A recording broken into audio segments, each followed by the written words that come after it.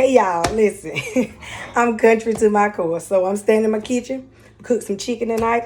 I've been sharing a lot of recipes lately because that's something I'm pretty good at doing. It's cooking, right? So I share recipes because they really are from my heart. And so, some of my staples is my garlic powder. That's a staple. Onion powder, a staple. My soyas, it's a staple. I used to use Lars, right? But Lars got a little too much sodium in there for me, so I like the soyas. I just think it got a better blend of spices. None against Lars, but I feel like they changed the recipe in the Lars somewhere. I don't know what happened, but I feel like they changed my recipe in the Lars seasoning. Back in the day, it used to be real good, but I think they changed it. But look, this soyas, this is a southern delicacy, baby. If you can find you some soyas, you own to something, honey. I love me some soyas, okay? Soyas is what you want to do. Listen, when I'm cooking, anytime I'm cooking chicken, you going to always have a little Old Bay up in there. A little bit of Old Bay.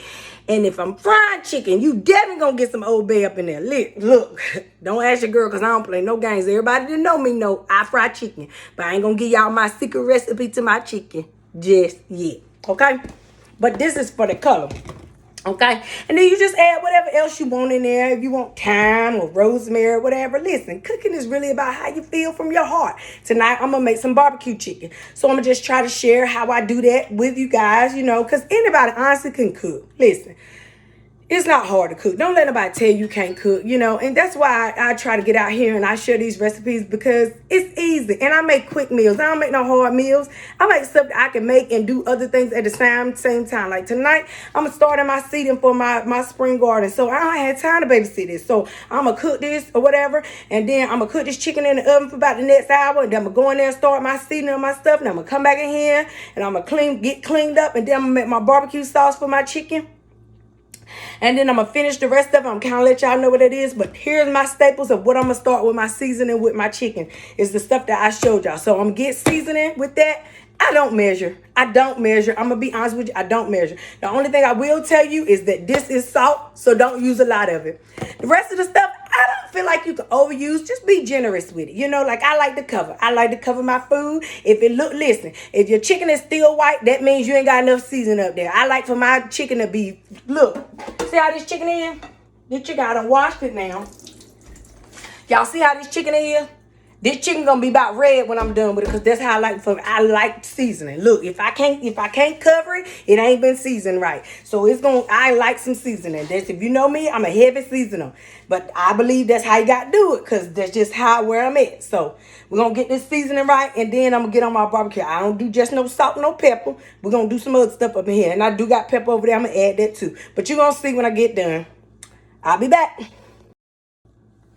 So as you can see, I done coated my chicken, whatever. You wanted it to look like a nice little pretty orange color. And what I did was I went ahead and I put it in my pan.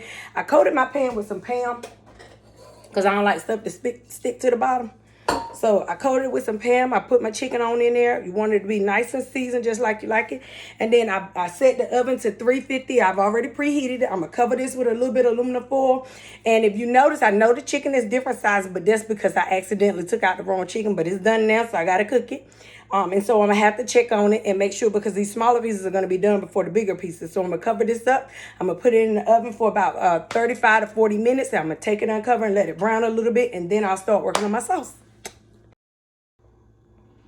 So you're going to need molasses, ketchup, vinegar, which I've already put in there, butter, and sugar.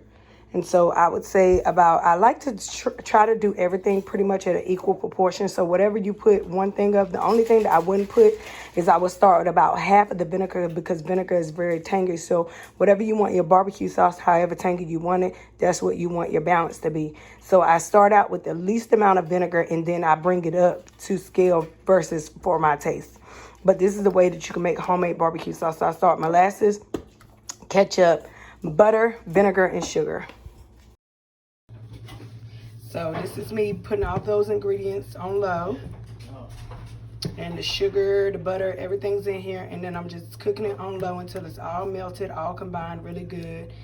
And then I use silicone spoons. And then a good consistency.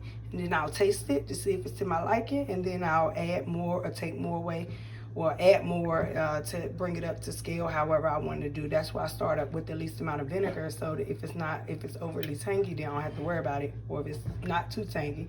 But you can add sugar, ketchup, whatever you need to feel the balances. But those are the main ingredients I start with. But then you don't have to worry about it being like not good for you. You don't know what they put in it, how they made it. But my mama used to make us barbecue sauce from scratch when we were younger, and I just kind of remember the recipe. Things you learn when you're little.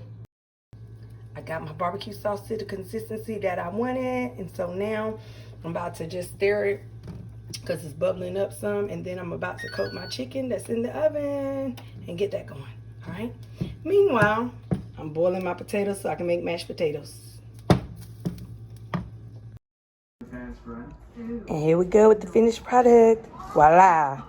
Barbecue chicken, sauteed spinach, and homemade mashed potatoes. Good, good, good.